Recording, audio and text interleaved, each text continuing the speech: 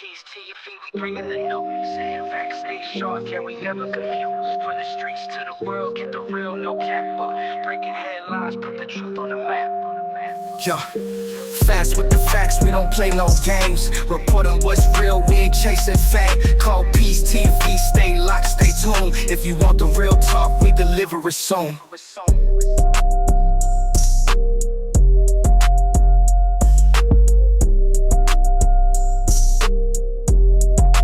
Call Peace TV, we bringing the news. Facts stay sharp, yeah, we never confused.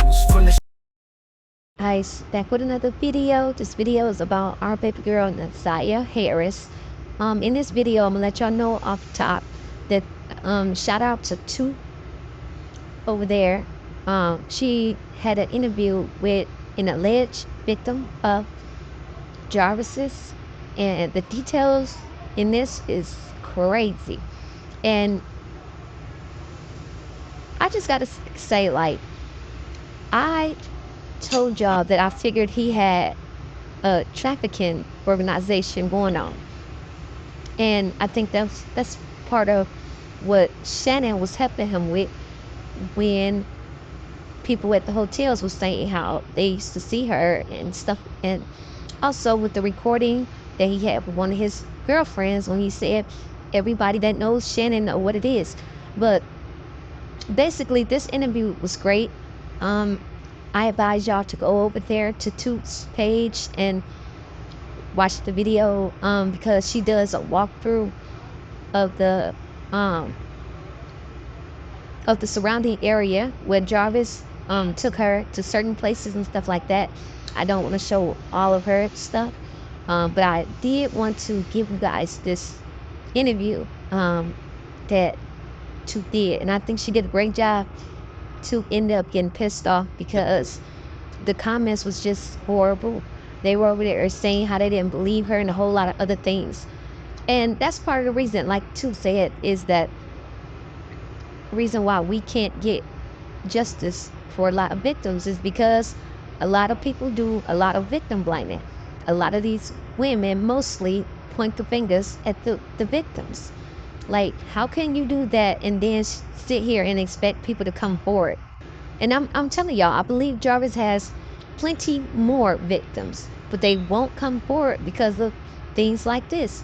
So let's just get into the video, and I hope y'all enjoy this video. Please go over to Toot's page and watch the full video.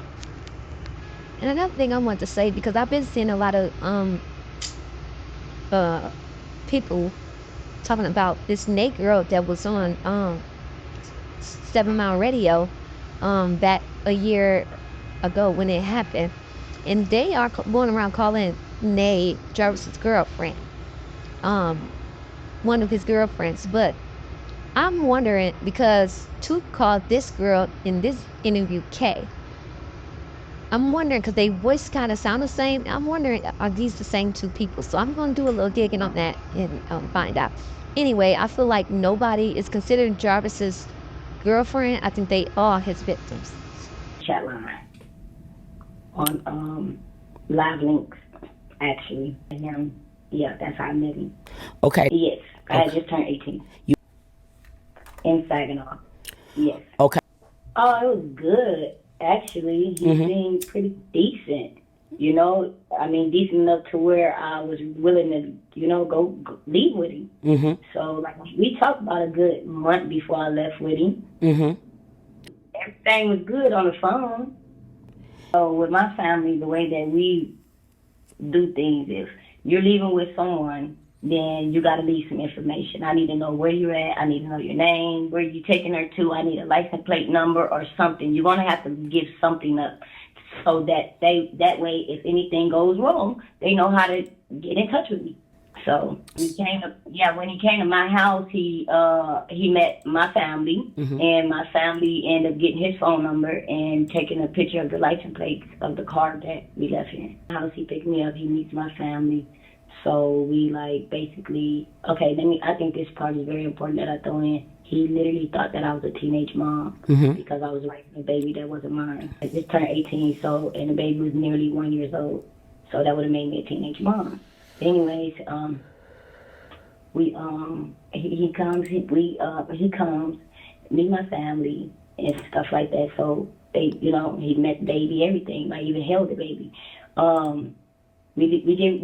They get the information. We're leaving. As we leave, everything good. We chilling in the van. We just chilling. Someone is driving us though. Me and him in the back. He have a driver, and we leave Saginaw, and the route that he took, we took all the time. So I already knew what route he took. But so as we're leaving, we get outside of a city that I don't know no more. So now I'm lost. I don't know where I'm at. I don't know anything. I can't see much. They not showing me anything. I can't see anything out the windows because it's curtain on the windows. So we're driving, and we end up pulling over to the driver's house. The driver stopped in a county between Saginaw and Detroit. The town between Saginaw and Detroit, literally. But after Flint, for sure. And before Detroit. And you was at the person who was driving house, correct? Yes. We stopped at his house. It was a him, but it looked like a female, but it was a him. Okay. We stopped at his house, and I noticed that this man is very wealthy. Whoever was driving that van was very wealthy. So anyways, they do what they do there. We leave there. And we proceed to Detroit. Now, by this time, we in Detroit. And he tells the driver to take me to a spot where I'm going to be working at. So we pull, as we ride past, he opens up the curtain on the side and show me, this where you go be working at. And I noticed a red building. I noticed a red building with like some prostitutes hanging around or whatever. So I'm like, oh Lord, what I got myself into. Mm-hmm. So he keep going, and about 5 minutes later, we at the house. We pulled up to the house. About 5 minutes, seemed abandoned. This house looked condemned. Mm-hmm. This house was raggedy, but it had like working water and lights. Okay. So, I mean, I know how Michigan houses is. They ran down, you feel me? Mm-hmm. So, but, yeah, that's how that house was. But, yeah, it did. Once I did my research, it looked like, yeah, that was the granny house. So the house that you felt like you went to ended up being the granny house? Yeah, the one that he kept me in. Okay, by the time we pulled up, it was, I guess it was dark. It was getting dark. It was dark. So I guess that, I don't know, they didn't want me to see anything. So, but I made sure time and distance was very important for me to remember. Mm-hmm. Anyways, walking up the stairs, and I noticed a black gate. He opens the screen door, which is a screen door. Mm-hmm. He opens the big door. You walk in. And as I'm turning around, he's locking the screen door with a key. It's no handles on the screen door or the big door. It was no door handle. So I literally had no way out of there unless I fought that man for that key. I noticed that, it had no doorknobs or whatever. He proceeded on in the house, and which I noticed so later on I noticed all the windows had bars on it. All the windows had bars on it. So anyways, I proceeded in the house, and he in the car he had, one of our conversations was in a ride to Detroit was that he was like, bitch, soon as you get in my house, you go pick up my mop and my broom. You go sweeping my floors. So that kind of threw me back. You feel me? I knew he wasn't playing no more once I gave him a look, and he nah, bitch, I ain't playing with you, So I kind of okay, bitch, you go in survivor mode. Bitch, you do whatever he tell you to do so you can live. So I already had that understood. So when we got in the house, and he yeah, remember what I told you in the car? Bitch, you think I'm playing with you? It ain't no game. Get my mop and broom. So what I did, I proceeded to fucking clean up. I cleaned up that nasty motherfucker. But anyway, so the next day, that night, of course, he raped me, that night. But to me, before I let that man held a gun to my head and told me I would kill you, to have sex with you, I let him have sex with me. Mm-hmm. Yeah. He came to my house to pick me up for the weekend. Mm-hmm. Okay. Yeah, like he literally put a gun up to my head. Like, what? So I knew to go into survival mode. That moment, before we even reached the friend's house, the driver's house, I already knew what I had to do. Okay, so when you walk through the front door, to the right, where the windows at, if you look at the porch, that's where it was windows, it was bars on all those windows. But anyway, so that's the living room, and then when you proceed to go up a little further, you're into the dining room. But it's a kitchen to your right. It's a hole right there when you go in, and it's the kitchen. Now, I can tell you about the kitchen because he had me in there cooking chicken, and then the nigga was so fucking picky, he want his fucking fries with real potatoes with the damn skin attached to the motherfuckers. That pissed me off. You feel me? So I'm in the kitchen, but the sink, soon as you go make a right into the kitchen, you keep straight, that's the sink. The stove is behind you up against the wall. And then I guess it was supposed to have been a refrigerator to my right, but it was no refrigerator because this nigga had the damn chicken in the bucket. Ice. And I had to clean and cook and do all of that shit or whatever. But anyway, so coming back out the kitchen, back into the dining room, you keep straight, you go into the bathroom, right? And then you make a right, and you make a left, and another left is his bedroom. So his bedroom is like that whole wall coming from the living room into the dining room, that's his bedroom. We walking down the bedroom to get to the door. Okay, so when you walk in his bedroom, you got windows to the right behind this big ass king size bed, like humongous ass bed. It's like 5 beds sitting on top of each other. Like it was so big, but his room was like, the bed was like, it was really nice, you know, it was a really nice ass bed. So that's why I was confused about how his room looked and how the damn rest of the house looked.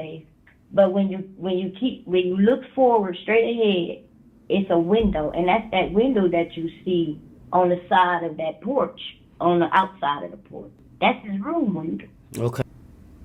And the bed was turned up against the side window.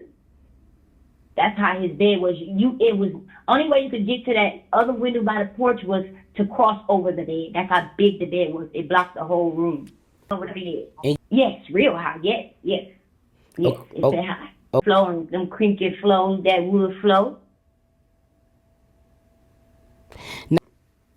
I believe so. I believe it was a basement because there was a door next to the bathroom that he told me not to ever open. Right? Mm-hmm. So I'm like, okay, so either this going up or this going down. You feel me? Mm-hmm. Or it's a room. Like, I don't know what it is. But whenever I was in the restroom, bathing myself, I could hear people talking. Just like, no, it wasn't him. It was you? It couldn't have been him. The only time I really moved around in that house is whenever I knew he left. He locked me in. He only left me probably about twice. Yeah, I couldn't get out. No way, with bars and no door handles. Ease. It was between 3 to 4 days I was there. No. Nope, he was not trying to let me go at all. He even planned on so his whole plan was that I was going to make his money. He said he had a little small blue pool on the floor. He told me I was going to dance in it and make all his money. His friends was going to come over. They was going to party, and I'm going to make his money. Like, I don't know. I guess he was trying to sex traffic me or something. I don't know what party it was, but I don't know. But around the time, now that I know his birthday, it seems like it was damn probably one of his parties. So this, I would say this had to be. I'm not on the exact month, but it had to be between November and January. Literally. November 2004 and to January 2005. Literally. Remember the baby that I was saying that I was taking care of? Mm. And then remember we left, my family had his phone number. So, anyways, my family ended up, we sneaky, we always doing something, you feel me? I always got something on the side. Plan B, plan C. They had snuck me a phone and told me that don't let him know about it. And I never put my battery in that phone the whole time I was with him. So when he left me, after all that, when he left me, I got on that phone and I called my family and told my family what was going on. And they like, we got to get you out of there. And they like, where you at? And I'm like, I don't know. I don't know where I'm at. So they started blowing him up. I'm like, y'all come up with anything. Just say something wrong with the baby, just anything. Oh, I prayed and prayed. God, please forgive me for this lie. And they called, and they yelling at him. No, she need to get here. We on our way to the hospital with this baby. She need to get here right now. Her baby is hurt. She need to. And he like, I gotta get you up out of here. He like, I gotta get you back, but you gotta promise me you coming back here. You coming back to me and woo woo. And I told you, I act like I wasn't scared of him. So he thought I was playing along with him the whole time. Like, regardless of what, he still had that gun out on me, you know, but he was kind of a little bit getting a little comfortable, you know, thinking that I was getting comfortable, you know, and I was really thinking about a plan to get the hell up out of there. I was getting the hell up out of there one way or the other, for real. Like, they had the picture of the license plate. Yeah, so he knew not to play with me like that. He knew my family. They grilled him when he walked through the door. They grilled him, and he seemed so cool. Like, oh my God. No, he dropped me off at the Greyhound station in Detroit. He walked me in the Greyhound station, and when that man walked away from me, he took my ID with him. I had to show ID to get on the Greyhound. Okay? And we all know that. I had to show ID to get a Greyhound ticket. He took my ID with him. That's how I knew he knew my address by heart. Basically, he had just been, you know, like, oh my God, it's just crazy. But, he walked me into the Greyhound station, and we got my ticket, and then he walked me somewhere, and he was like, all right, I'm out. I'll see you later, whatever he said. I sat down, and when I sat down, oh my goodness, you talking about embarrassed. I fucking peed on myself. Literally sitting there.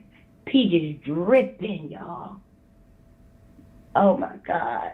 I was so scared. Get away from him. The number of times that you was assaulted by him while you was in the house, what would you say? How many times would you say? About 4. About 4. Maybe 5. Did he do anything weird that stood out sexually? Like, was he violent with you? Like, anything like that? We went to his friend's house. We left the house. He took me out the house. This is where he fucked up at. And this is the walk that I can walk you down to a corner. We got to a corner where it was like a car wash, a body shop. At the first corner? It's like a car shop. It was like a tire shop. Remember I said something about a red building? Okay. Go back and look at that pink building. Oh. That first house right there. Keep straight, let me see. Yeah, it's gonna catch up with you in a minute. So this was the house that you and Jarvis walked to? Yep. And what was the reason for you walking there? We walked one way, and then we walked. When we left, he took me the other way. He took me there the longest way, I guess, so he could get me lost. But then when we got back to the house, we went a short way. Okay. You see what I'm saying? So, but I don't know what the reason was. We went over there and sat for a while. When we went to that side door, it's a basement right there as soon as you go through that door. We went down in the basement, and they had it set up like they had a bar there. They had little couches sitting out. It was the little chill spot, I guess, in their basement. And we went over there and sat for a minute. But the whole time he had the gun on me underneath the coat. After we left, we went back a short way. They still have not got back to me. Actually, when I heard his voice, that's what gave me chills, and I'm like, whoa. And I just started digging into his family. Like, I started digging into him and stuff, and oh my God. Oh, that feeling. His voice on the phone, not doing the terror in the courtroom. Mm-hmm. That's what. And I'm like, okay. And then just everything, I really just started digging up. It just, everything is right there. Everything is right there. I don't know. I guess that's his side of town or something, because all those addresses is right there where he had me. It surrounds it, literally. But my whole point right now is I don't have nothing to do with Nazia's case at all. You know, I don't know nothing about that case at all, you know? And I feel for this baby, you know? I hate that she went through this, had to go through this shit. That shit hurt me so bad, because if I would have been strong enough, and if I could have been smart enough, you know, and had the knowledge that I have now, maybe I could have stopped this man a long time ago. But I really didn't know where he had me at, y'all. All I knew was the clues, like the red building, the color of the house, his friend's house. Like, that's all I had. That's all I had. What did that? Yeah, they knew before I got there. They helped me get back. Up. I mean, I was fucked up. Like, I was so messed up. Like, cried. I mean, that's all I could do. I've been doing that for 20 years. That shit never stops.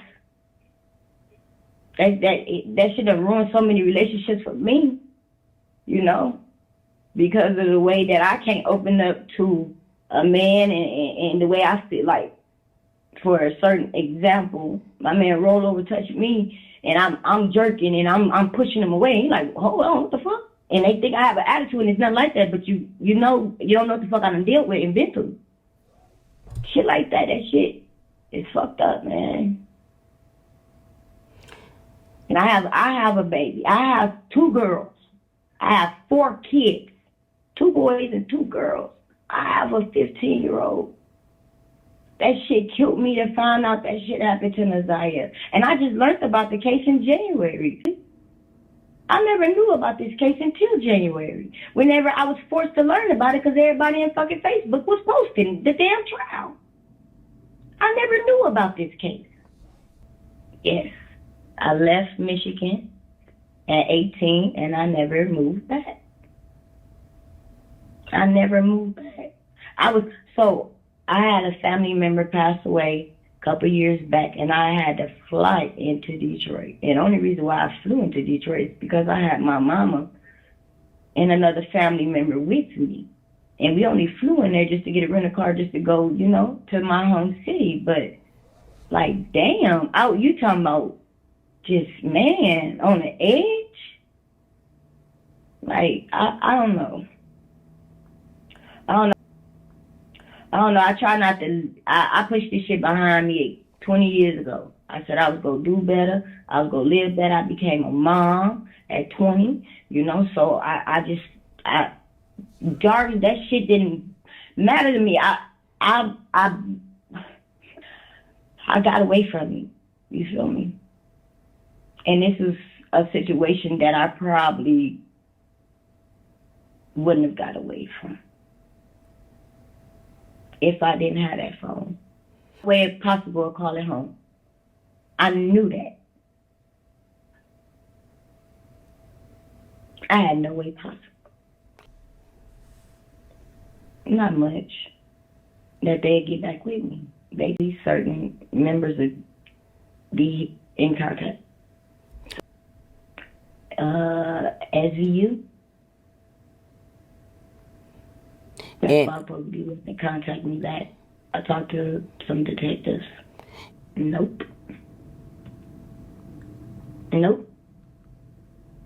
So I've been, you know, I don't talk about this. You feel me? I don't talk about this at all. But like, from what I did my research and found out this is the man that kidnapped me long time ago. People need to know he's capable of more than just having relations and raping these kids. He's out here kidnapping and trying to sex traffic people. He tried to literally sex traffic me. That is very important. And maybe more people out there just like me. who's not talking. Because I truly believe that there is. It's way more victims.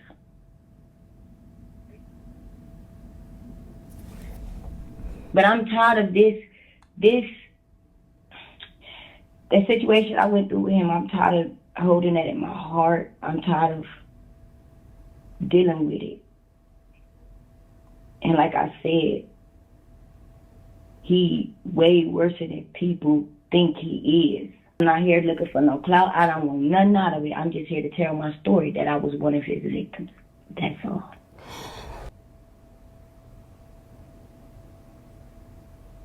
I can't remember that.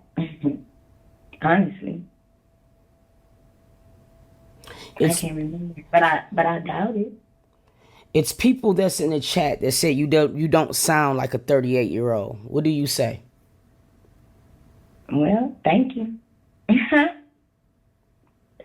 I get that. I don't look 38 either.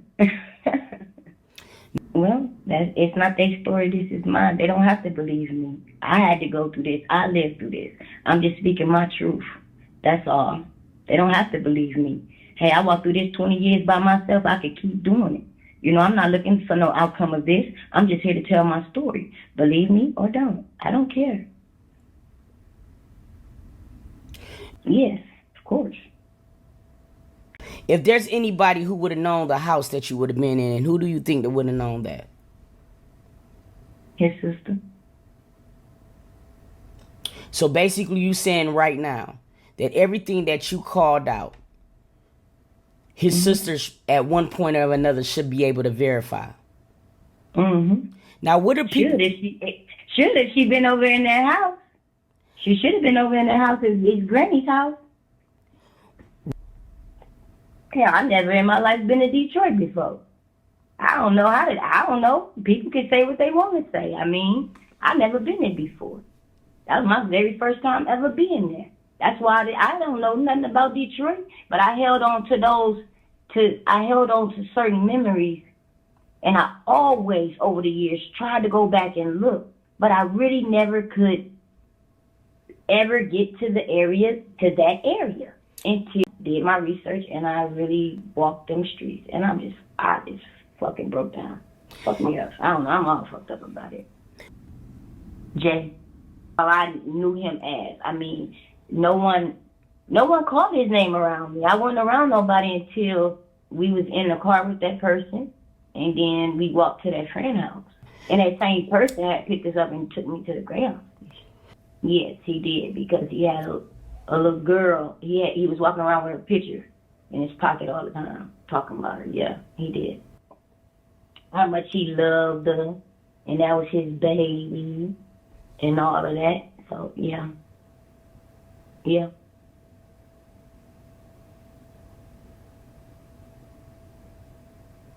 He part of an organized crime with sex trafficking. I truly believe that. That's what my gut told me. That's what my heart told me. That's what my ears told me. Yes. Yes.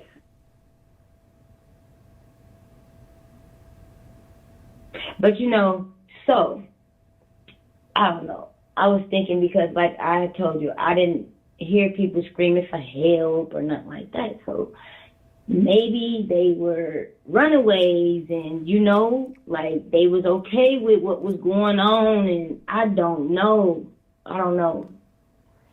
It's some weird shit though. Excuse me. It's some weird shit. But yeah, more people in that house. Well, yeah, now, like, I mean, I ain't been dealing with this for years. Like, I've been able to walk through this. You feel me? Like, raise my kids without being bothered with what happened to me in Detroit. You feel me? Honestly. But whenever this shit started hitting my Facebook and shit, like, yes, I need to speak. And I know I was one of his victims. Yes, I need to speak. Because I was 18, and this man tried to sex traffic me, literally. was more people helping him because it was a driver in the van, and he was okay with the gun pulled out on me. He was okay with pulling over to that red building where he said that I was finna be dancing at. Standing on the corner and prostituting. Yes. He wasn't alone.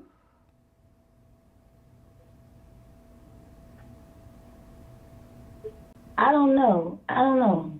Only thing that really stood out to me was I always remember he had moles on his face. Because my mom is moles. She had moles, so that, and my dad too. That stood out to me, the moles. Yeah. But like intimacy, like underneath his clothes, I didn't see all of that. I don't know about his body. I wasn't happy enough to know about his body and look at what he was doing to me and try to look at him. I don't know. That was done before. The way that they did me and the way that everything was just like so fucking organized. Like, I truly believe that it's more to this shit. It's more to it. It's something to do with sex trafficking. I don't give a fuck what nobody say because he tried to do me. And that's all I can say. I can vouch for me, myself, and that's my opinion. Yes. I was on a Greyhound. Remember, I was behind curtains in the van. I couldn't see. Only hard. That's what I would ask him. If I had one question in this whole world to ask him, I would use it and ask him, where is she? And I mean that with all my soul. I don't know, he might. He should. Hell, after looking at all his women, hell, he should. Especially if he knew the situation, then he saw me. If he knew, like, if you just threw me in front of him without saying, oh, do you know, who is she? Probably not. But if he knew the story behind it and he looked at me, then hell yeah, he would know. Yeah. Without a doubt. So solved the case. Let me just tell you like that. When I first saw the case and I saw the news, I'm like, oh, well, damn, let me learn about this case. So I'm sorry. I think it's 50-50. It's 50-50 either. Yeah, it's 50-50. At first, when I first pulled up everything, and I thought, yeah, maybe she was passed, but I'm like, nah, I believe she's alive. So I'm really more of like 75-25 with 75% or more she's alive than dead. Until the news tell me that she's gone. I don't know what's taking so long for them to even say that. Goddamn. Or anything about that. She's not dead. She's not dead. Like, okay. Yeah, both. I mean, both reasons, of course. Yeah, I mean, she's a baby, Like, for real, yeah. I would hope for her to be alive. And, yeah, I'm fucked up. I'm fucked up looking at all these cases, and then I see his first case started right after this shit happened with me. That shit hurt my soul. I didn't know he did 10. I didn't know none of this shit till January. People gotta understand that, like, I didn't know anything. All I knew was the house. I just knew certain things I could remember. And I'll walk you through that too. I could tell he had money from the house. Hell, yeah. The house was beautiful. The house was beautiful. It was practically a glass house. It was beautiful. And they was out there building, so it was a lot of field and shit. But that's all I could remember. Because I looked around when they walked me in the house. I saw I was in the middle of fucking nowhere. Yeah.